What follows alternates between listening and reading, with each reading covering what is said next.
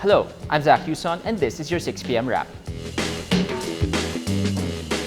Newly released photos on November 2, Tuesday, suggest China is still blocking Filipino fishermen's access to Scarborough Shoal in the disputed West Philippine Sea or South China Sea.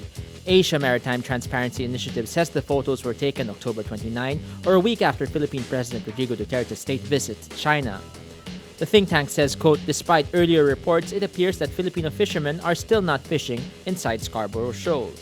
This after National Security Advisor Hermogenes Esperon said Manila and Beijing reached a, quote, friendly understanding with China on fishing at the Scarborough Shoal. For AMTI, the friendly understanding was, quote, only for Chinese authorities to relax the stricter blockade of the reef they put in place after the Philippines won its historic case against China in July. In a statement, the think tank says it is, quote, a return to the status quo that has existed for much of the last 4 years, and not the status quo before the Scarborough Shoal standoff between Philippine and Chinese vessels in 2012. The standoff forced the Philippines to file an arbitration case against China in 2013. Two senators pushed for the local production of weapons after the United States reportedly halted rifle sales to the Philippines. Senator Panfilo Lacson says, quote, there is now more reason for our Department of National Defense to revive our self-reliance program so we can produce our own weapons, ammunition, and other military hardware. The U.S. earlier decided to stop the planned sale of 26,000 rifles to the Philippines after U.S. Senator Benjamin Cardin raised concerns about the extrajudicial killings in the Duterte administration's war on drugs. Minority Leader Ralph Recto says the U.S.'s move should be a wake-up call for the Philippines to stop depending on foreign suppliers. Recto says, quote, this is another kind of pivot we need to tap our domestic industries for the equipment needs of our policemen and soldiers. Recto adds the local firearms industry is vibrant enough to produce the country's weapons. President Rodrigo Duterte is set to sign the draft executive order creating the expanded Bangsamoro Transition Council that will revise the proposed law creating the new Bangsamoro region.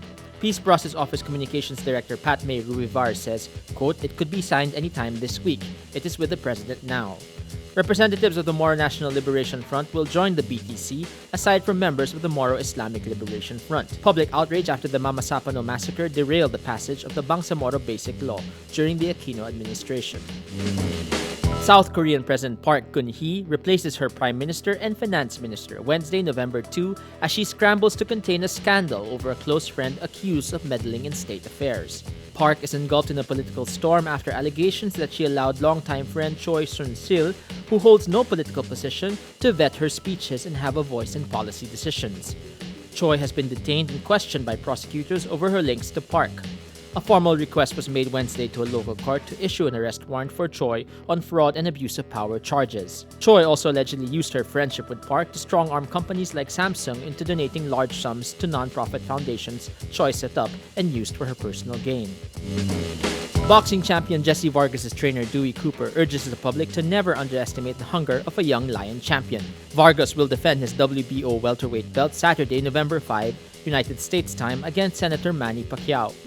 Vargas says, quote, superstardom, that's what I've been wanting.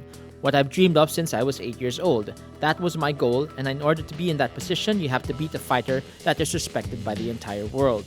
He adds in his words, everybody knows who Manny Pacquiao is, and after I beat Manny Pacquiao, they will know who Jesse Vargas is. But Pacquiao is not worried Vargas can beat him.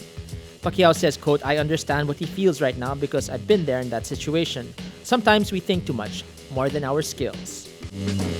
And that was your 6 p.m. wrap. Watch our updates daily at 12 noon and 6 p.m. I'm Zach Kyo-ahn. Remember, tomorrow begins today.